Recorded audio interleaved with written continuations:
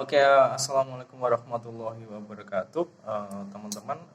Kali ini kita akan membahas bab keempat masih dengan modul TPA dan TPI, ya.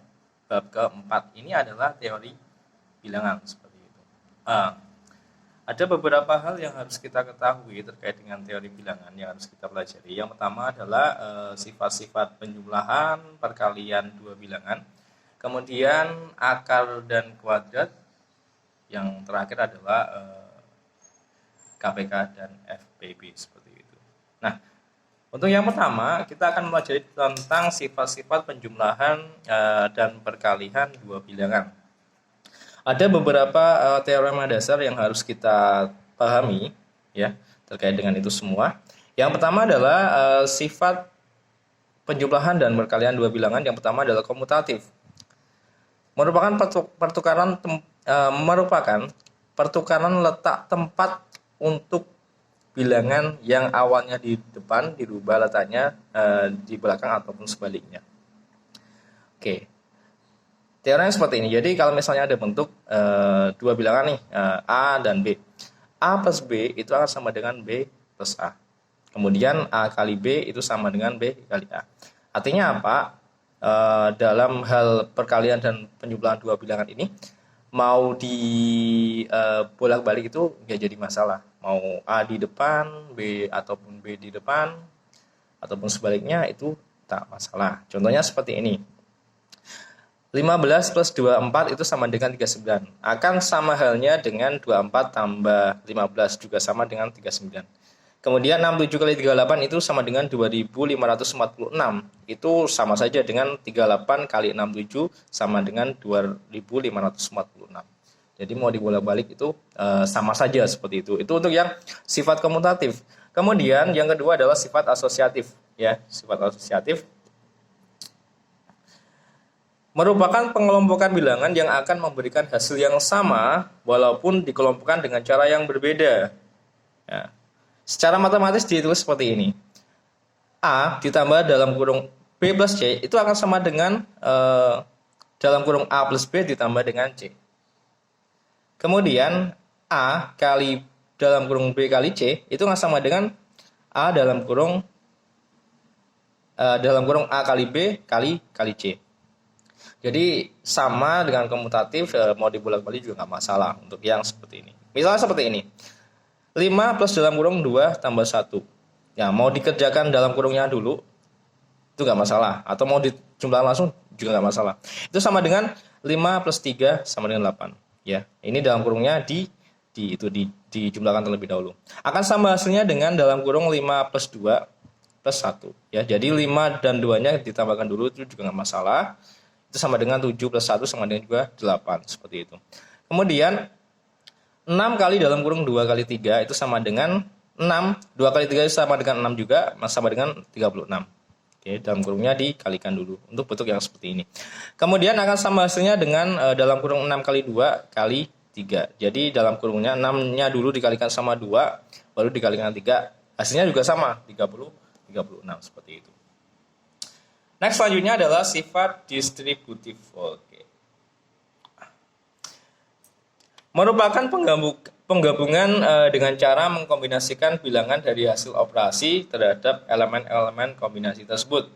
Jadi dengan sifat ini kita bisa mengalihkan bilangan di luar tanda kurung dengan yang di dalam tanda kurung dan hasilnya akan sama dengan terlebih dahulu mengoperasikan bilangan di dalam kurung untuk kemudian dikalikan dengan bilangan yang ada di luar kurung seperti itu. Bentuk matematiknya seperti ini teman-teman. Jadi jika ada A, 3 bilangan nih, A, B, dan C. A kali dalam kurung B plus C itu akan sama dengan A kali B ditambah dengan A kali C. Kemudian B plus C dalam kurung dikali dengan A itu akan sama dengan B kali A ditambah dengan C kali A. Jadi di sini maksudnya kalau misalnya kalian mau mengerjakan yang di dalam kurung dulu itu bisa, atau mau mengalihkan satu persatu juga bisa. Jadi misal nih 5 kali dalam kurung 2 plus 3 sama dengan 5 2 plus 3 dijumlahkan terlebih dahulu sama dengan juga 5 sama dengan 25. Atau Misal seperti ini, kamu kalikan satu persatu, 5 kali 2 dulu sama dengan 10, kemudian 5 kali 3 dulu sama dengan 15, baru dijumlahkan, itu juga sama, hasilnya adalah 25, seperti itu teman-teman. Jadi untuk yang sifat distributif, mau dikerjakan yang di dalam kurung boleh, mau dikalikan dulu juga bisa seperti itu. Oke, untuk yang terakhir, dari sifat-sifat operasi bilangan tadi, ya, itu adalah sifat pecahan. Nah, sifat pecahan, oke, di situ ada 3 sifat yang harus kita pahami, ya, yang harus kita pahami. Yang pertama, sifat penjumlahan, kemudian perkalian sama pembagian. Ya, sifat penjumlahan, jika ada A per B plus C per D itu akan sama dengan AD plus BC per BD. Di sini sama dengan operasi pecahan pada umumnya. Jika ada dua pecahan yang berbeda penyebutnya, maka penyebutnya itu harus disamakan dulu penyebutnya. Di sini kan penyebutnya B sama D, maka tinggal dikalikan aja sih B kali D, itu untuk menyamakan penyebutnya. Kemudian kalau yang ini kan dikalikan D. Jika penyebut dikalikan dengan D, maka pembilang juga harus dikalikan D. Maka A dikalikan dengan D. Kemudian yang ini juga B dikalikan dengan C, seperti itu.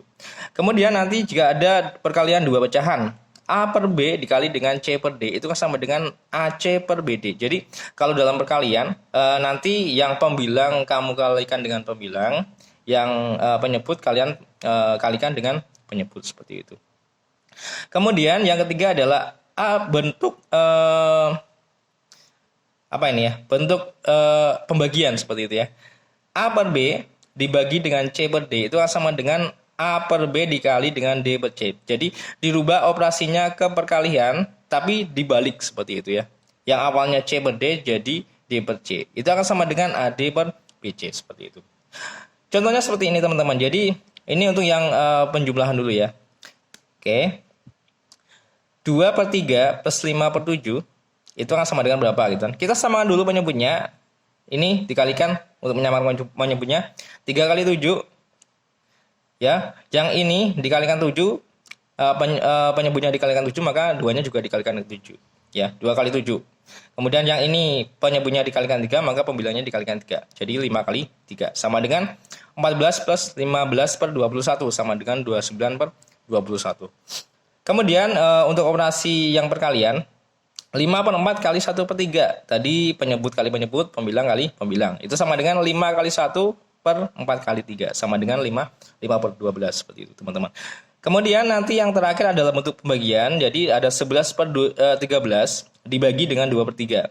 Maka nanti tinggal pengoperasiannya adalah tinggal dikali. Namun posisi C dan D tadi dibalik ya. 2 dan 3 ini dibalik. Awalnya 2 itu sebagai pembilang dan 3 itu sebagai penyebut, maka nanti 2 itu akan sebagai penyebut dan 3 itu sebagai pembilang. Jadi hasilnya seperti ini. 11 per 13 dikalikan dengan 3 per 2 sama dengan 33 per 26. Oke. Saya rasa itu teman-teman yang harus kalian pahami terkait dengan sifat-sifat penjumlahan dan perkalian. Jadi kalau misalnya masih belum jelas, silakan komentar di kolom komentar dan kita akan membahas materi yang selanjutnya.